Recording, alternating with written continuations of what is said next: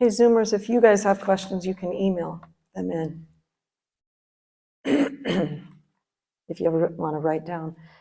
Because I'm not going to really be able to field the comments in the Zoom thing because of this. Won't work.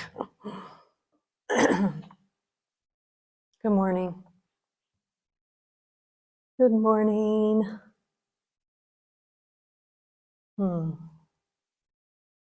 What a garden. Ooh. Ooh. Ooh.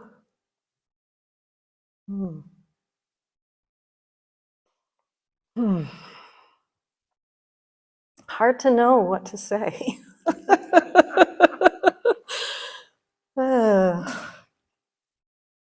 It's less and less all the time. I'm going to read something that came forward and see if we can get going with that. A word, endeavoring. I think I'm going to stick with it. We could say devoting. Endeavoring to remember the source of reality, one's fundamental ground, through questioning every belief and identification, is a radical act of love. We come to retreat, and even if we just get a glimmer, a brief sense of the essential silent source, the peace that passeth understanding, we become more peaceful naturally.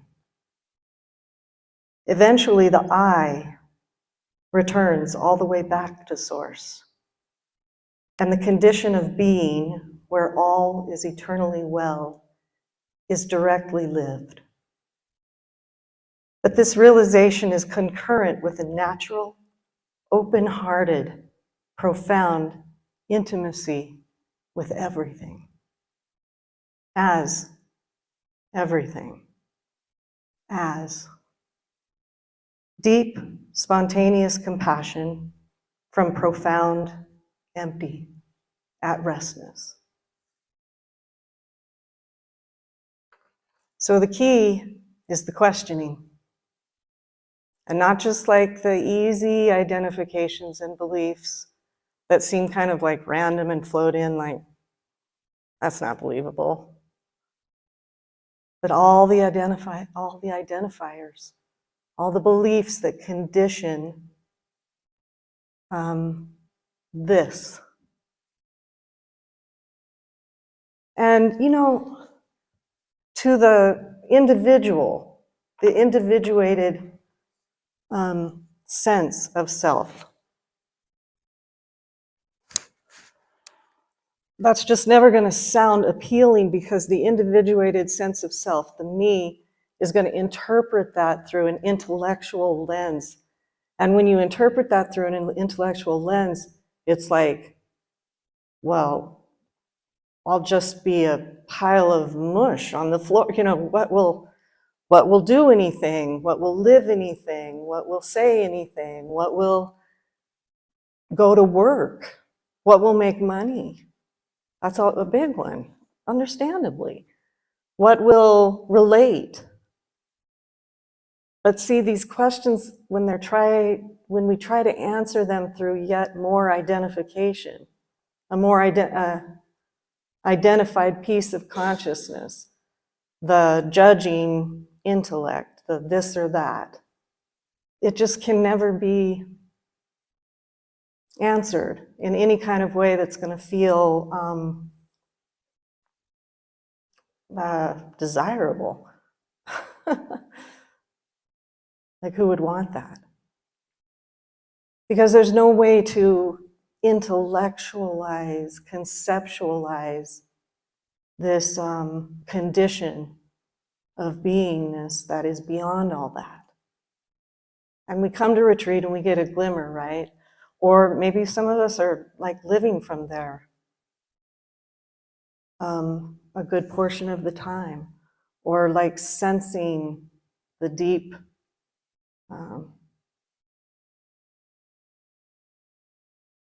destruction of that personal sense of self. It's dropping out. But it's kind of like one foot in this stream, the judging stream, the me stream, and the other foot in the like no ground, no place to land. I think many of us are doing that. I get a lot of feedback in the sessions, in the personal sessions, that that's a real reality for a lot of people right now. You know, the sense of self has definitely opened and expanded, and we're not so wounded all the time. You know what I'm saying? All the wounds, all the victimology that we're so dedicated to, and the whole phase of like, we have to heal everything. And I mean, none of it, I'm not against anything. It's just not what I'm talking about. That's kind of relaxed, mostly been seen through. There's been depth of experience of something other than this real tightly held identity of separateness. But it's still kind of coming and going. Because like if a fear comes in, a deep fear, it may not even be a conscious one, but the nervous system will start reporting it. Then the tendency, understandably, innocently, it's not a failure, but it's understandably, the tendency is to try to grab, reasonability, land somewhere, use the structured self that we're so used to, the identified self, the conceptualized self, the referencing self, to get a plan, to stabilize the system, to, you know, what, that's just habituated. I mean, maybe not for all of you, but here, certainly, there was nobody ever telling me, and it's not a failure on their part at all. I'm not victimizing anybody. There's nothing like that. It's just a reality. There was no like pointing towards let go and trust the power that is animating this life right this minute, the scene. It's not like somebody was saying, you can trust that. Go with that. It was like, what's your plan? What's your plan? And it's not, this is not a bad thing. I mean, we all know how to take care of ourselves. We've got ourselves here. It's okay. But when we endeavor to question all the identification, all the belief in this sense of self that feels other, we can't trust what we think about it. It's just not a thing. Because what we think about it is going to be like, don't do it, or people get real scared. It feels scary. It feels like an existential crisis to bump up against the loss of that separate sense of self and what that might mean. The attributing of meaning to everything. The conceptualizing self attributes meaning to everything. That's like one of its main functions. The meaning of anything is in its existence, period.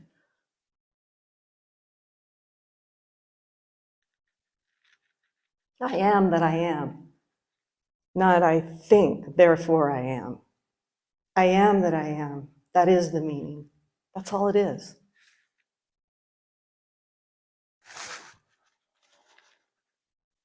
There's nothing fundamentally beyond that we can add our 2 cents to. Although it's beautiful to language it. I mean, look at the poets that have just, look at that poem we read last night, you know, who have language it so incredibly that it's still radiating into, as they said, our intimate assembly.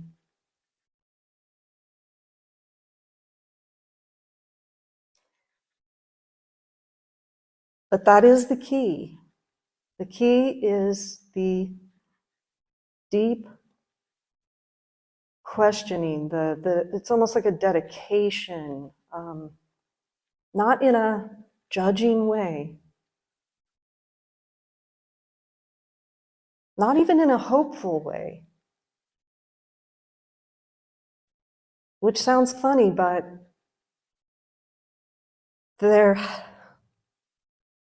to begin with,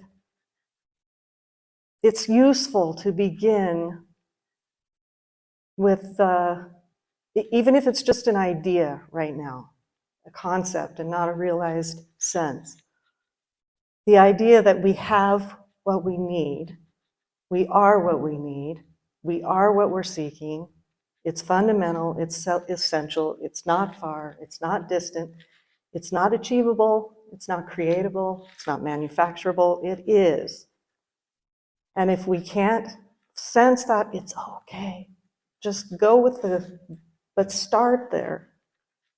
Because if we start from this idea of needing, wanting, the assumption is we don't. Hoping, well, then that's what will be reflected back. Darling, if that's how you need it, here it is. Because uncaused, unborn love is fulfillment.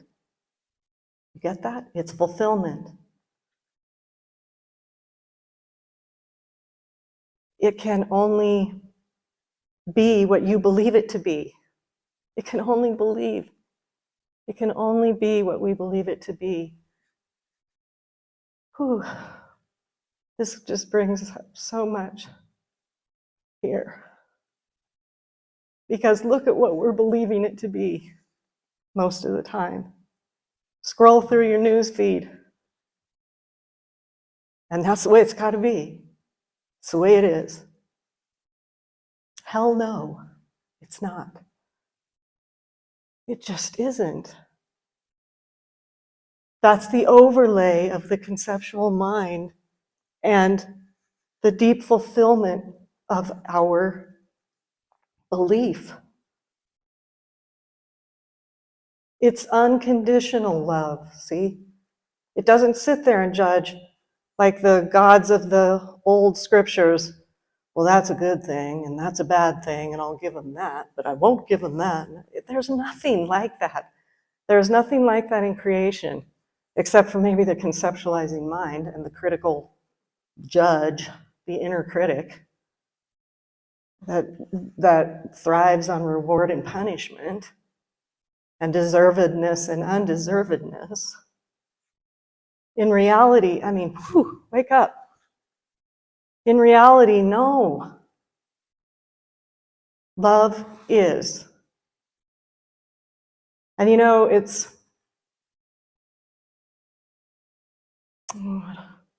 it's been startling, dumbfounding here. In the early years of the realization,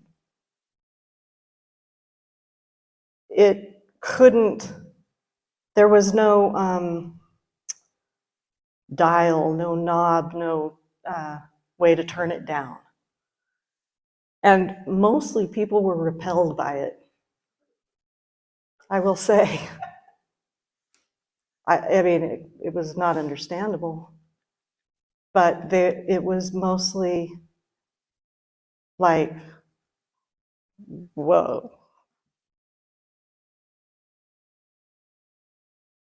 There are such deep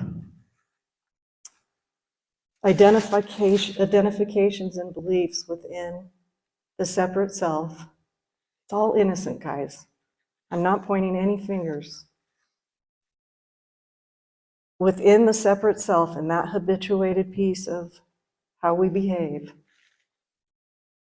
that are so dependent upon its existence as a unworthy, not enough, can't have, that when that is illuminated, the love of, the power of love, the love that is, the unborn, uncaused, unconditioned, animating mystery, penetrates and illuminates that, it feels like death. If you can believe that, it's just like, wow.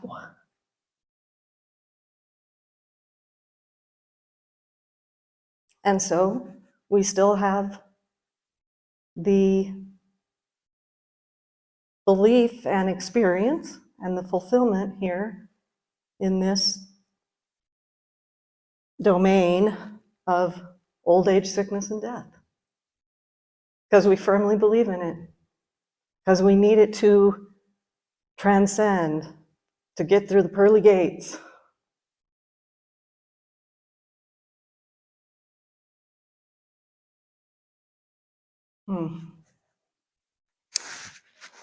What a dream. What a dream. And you know, it's just like they've all said. When it wakes up out of it, it's just exactly like coming to in the morning, and you go, whoa, now that was weird. You know, and you're laying there in your bed and you're like, where did that brain runoff come from? I mean, you know, it's like, it's just like that. It's just like that. I was blind and now I see. It's just like that.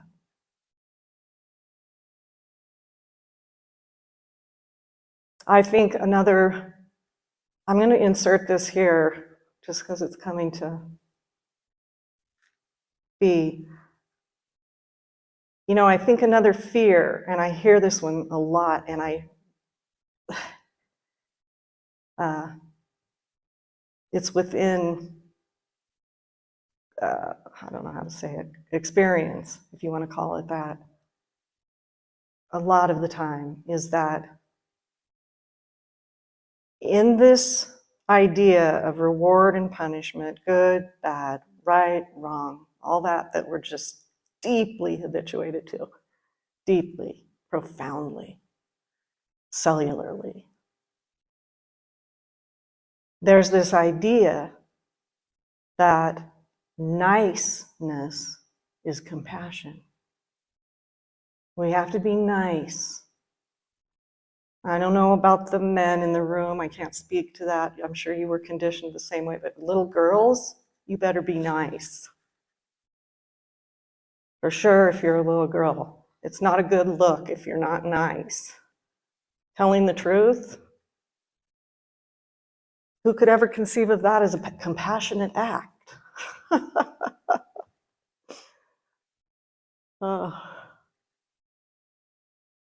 Or will you hear that you're going to be intimate with the 10,000 things? And it's like, well, do I want to be intimate with the 10,000 things, you know? Because the conceptual mind thinks that you'll be unable to say no as a human being. But it's just the opposite. It literally is the opposite. It's, as Adya said one time in retreat, often a no is a yes to the universe. And you have no problem with it anymore. There's absolutely no difference anymore between yes and no, because everything is just authentic, responsive immediacy. It's like the Columbine migrating to the edge of, I wanted them in the rose bed because I thought they'd look pretty with the roses, and they don't like all that water. So they just pick themselves up, move to the edge of the bed in the rocks. No harm, no foul. No freaky deaky Are we offending the roses? You know? We're crazy. We're crazy.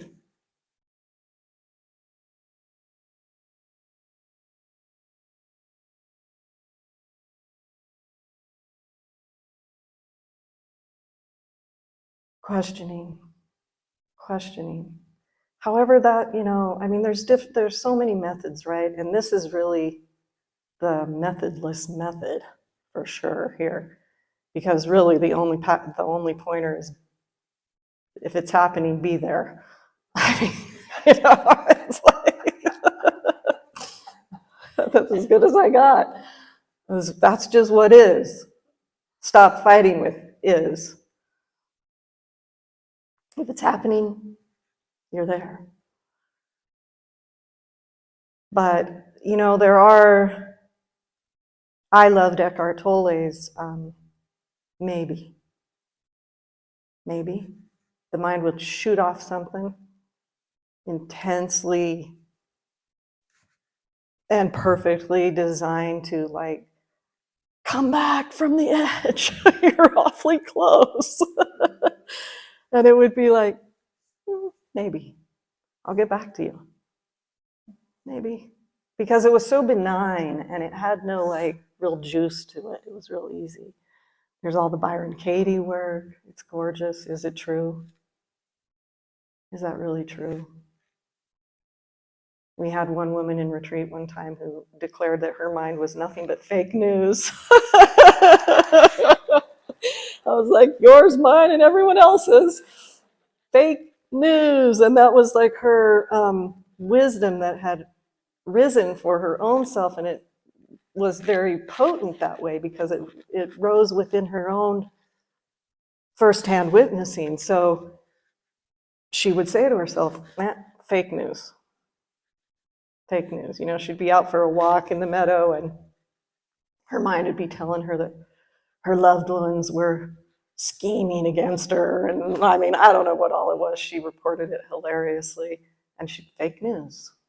Fake news.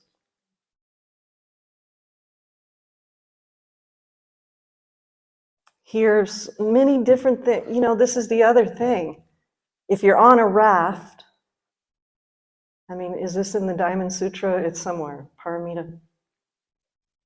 The Buddha. If you're on the raft and the raft makes sense, it's getting you to the other shore, then stay on the raft. But once you reach the shore, don't pick up the raft, strap it to your back like a cross and start bearing it around. So different things, at least here, have made sense at different times. And I love that about this particular lineage because there's room for that. There's room for that. There's room for wisdom that arises within one's own deep devotion to questioning the concepts and identification. Making room for that clarity, that wisdom. And Adya's question is a beautiful question. How's that working for you? How's that working for you? You'd pretty much say it to everyone who came up to the microphone. I hear you, I understand, and how's that working for you?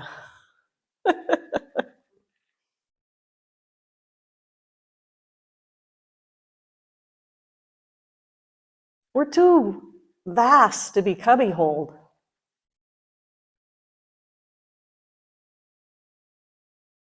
Is it Walt Whitman? I contain multitudes.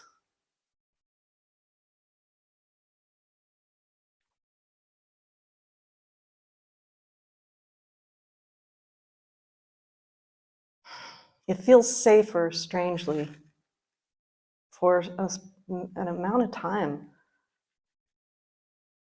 to rely on, even if it's a place that makes us really uncomfortable, an identity that we don't really actually enjoy, like a thing that we believe that brings us lots of frustration or it doesn't really work very well for our lives, but we're super used to it. We will cling to it. as a safety. When all that drops out, it is very disorienting, because I don't know how it will be for you or how it is for you. Here, it was like it was cut off. So it was completely no longer available to like reach for a defense or reach for a condition or something. It was just gone. That was gone. And so it was just a free fall for a long time. And it felt like a free fall to the body, to all of it. I mean, even walking across the floor, it was like you just weren't sure it was going to hold together.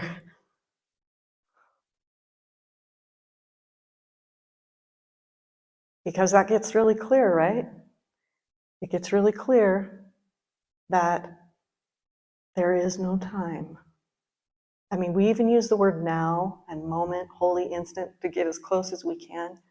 But even that, as you begin to notice it, is where to go, where to go, where to go, where to go. It is a free fall. That's the reality.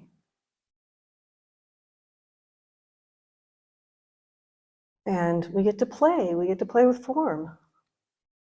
We get to play with it. But if we believe it as fundamental, essential. And you know, I'm not denying anybody's personal reality. It can really start sounding like that, and I apologize if it's sounding like that. When we're in something, you know, my mom just passed on May 1st. When that wave is here, there's no other place to be.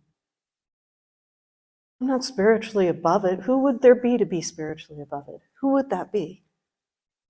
Who would that person be? Who is it that isn't where this is?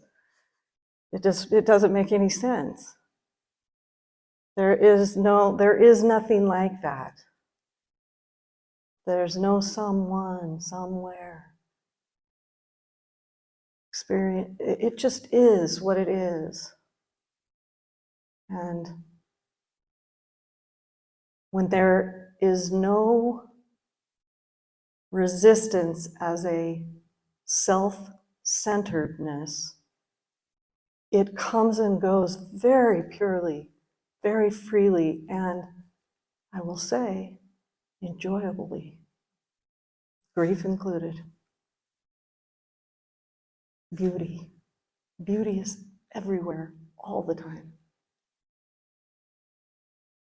no matter what. And when that begins to be our agreed upon, no, realized, when we have intimately, just as like the cells in a physicality come together to form an embryo, and they start differentiating as a wholeness. You see the difference? Then there is creation. Creation from and as the animating power. It's just like differentiation of an embryo. And how the hell do those cells know to be a liver, a brain, a spinal cord, a this, a that?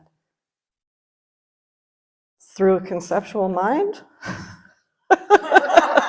I'll tell you not, because it would be like, who's the best? And what looks best on me? You know, where can I get the most kudos and, you know, be the top dog? You know, no. That's not creation, that's arrogance. That's arrogance.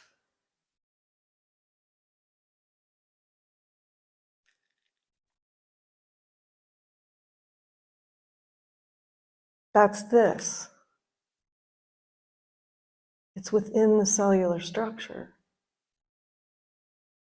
So it's not like we can't be who we're designed to be. We're radically who we're designed to be. You will say things you never in your life thought you would say, and you will not believe anything anymore. No believer, and everything's fine, better, divine, enjoyable, light, well. It doesn't mean that your mom doesn't pass away suddenly, and you're in the neuro unit at St. Al's dealing astonishingly and miraculously, the nursing brain just went chink right back in. I think Michael was talking to me about the engineering brain when it was like a tool, a function that just was like, okay, no personal anything to it, and completely, totally, unimaginably, beyond imagination, intimate. No gap, and impersonal.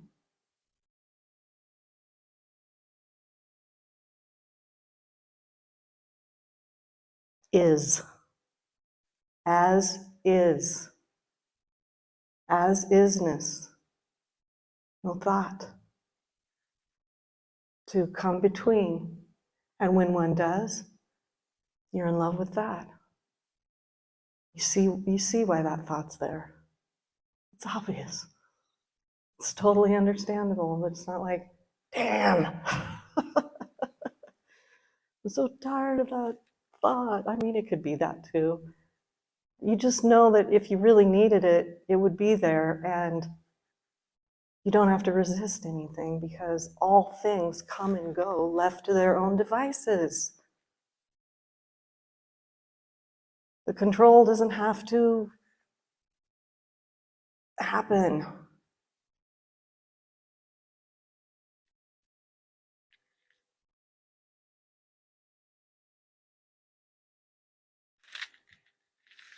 Am I supposed to stop?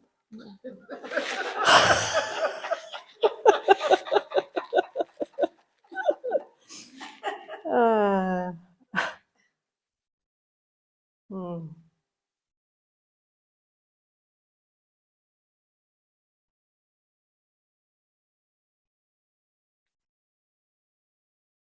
I love, as you all do, I don't know about all of you, but many of you in this room also have a relationship with Sharon Landreth. And I love talking to her about all of this because she will never fail to be totally human.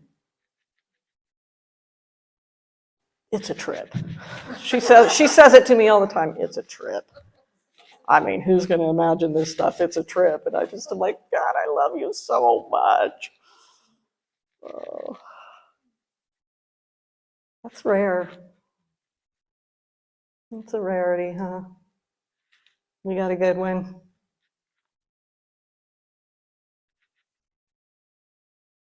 You know, it's not common. I mean, I remember the first time I went to a silent retreat, pretty much my entire peer group and anybody who had any kind of relational intimacy with me was like, oh, okay. I mean, they thought I had done, was on to some really new, strange thing. That seems so vacant now, but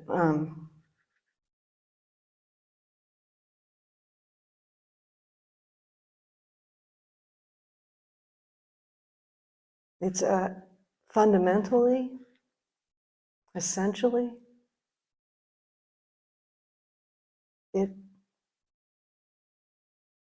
is the heart, the essence of all that is, meaning it's totally common, absolutely common, just not seen.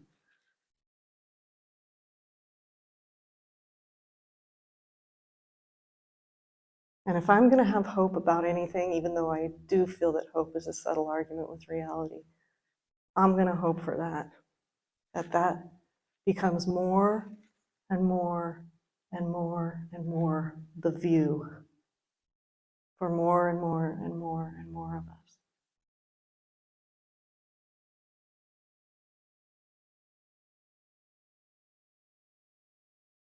The essential,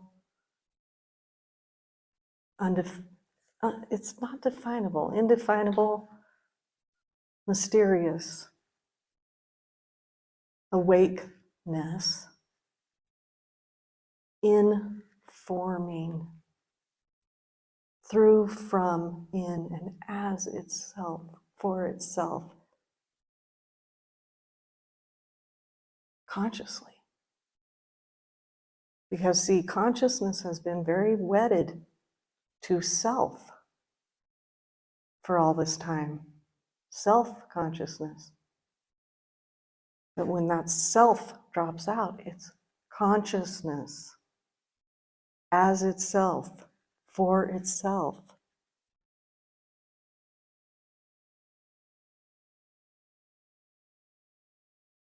It has been traditional, or I guess maybe not in some indigenous cultures, I can't speak for that, but in this Western thing that has happened, to be separated through self-consciousness.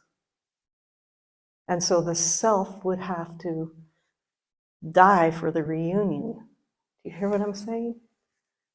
I'm launching into some deep water here, but, oh, I forgot to silence my,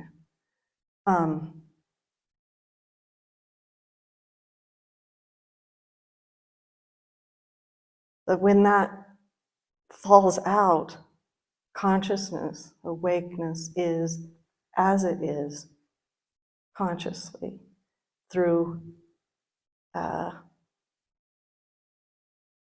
well, as Meister Eckhart said, an intuitive regard for itself, rather than a reflective, separate self.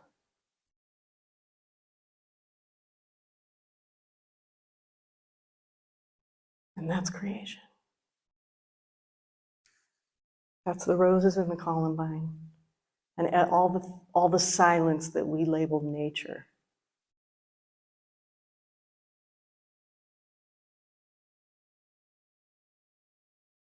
True nature.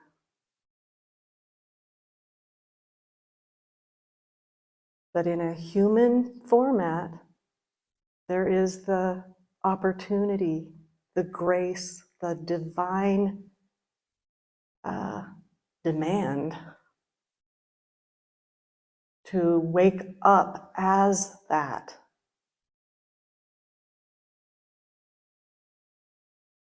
Wake up as that. That's that whole Garden of Eden myth that got so screwed up that we're supposed to steward the, and we're above everything else and all that. No, it's not like that. It is the apparatus of the one, the wholeness, that is for that. Like the liver is for like detox. That's all. When it gets personalized, it becomes this arrogant trip. I'm doing it. I'm waking up.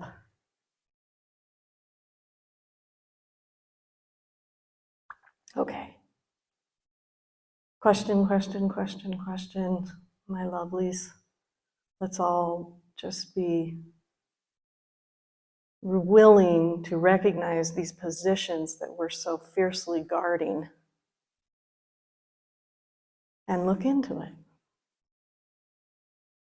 Bring that awakeness to bear upon it in a clear way.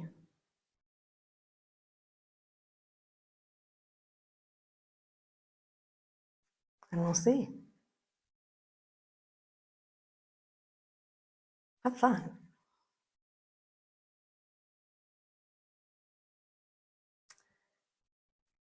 Okay, we're going to take a break, and then we'll come back for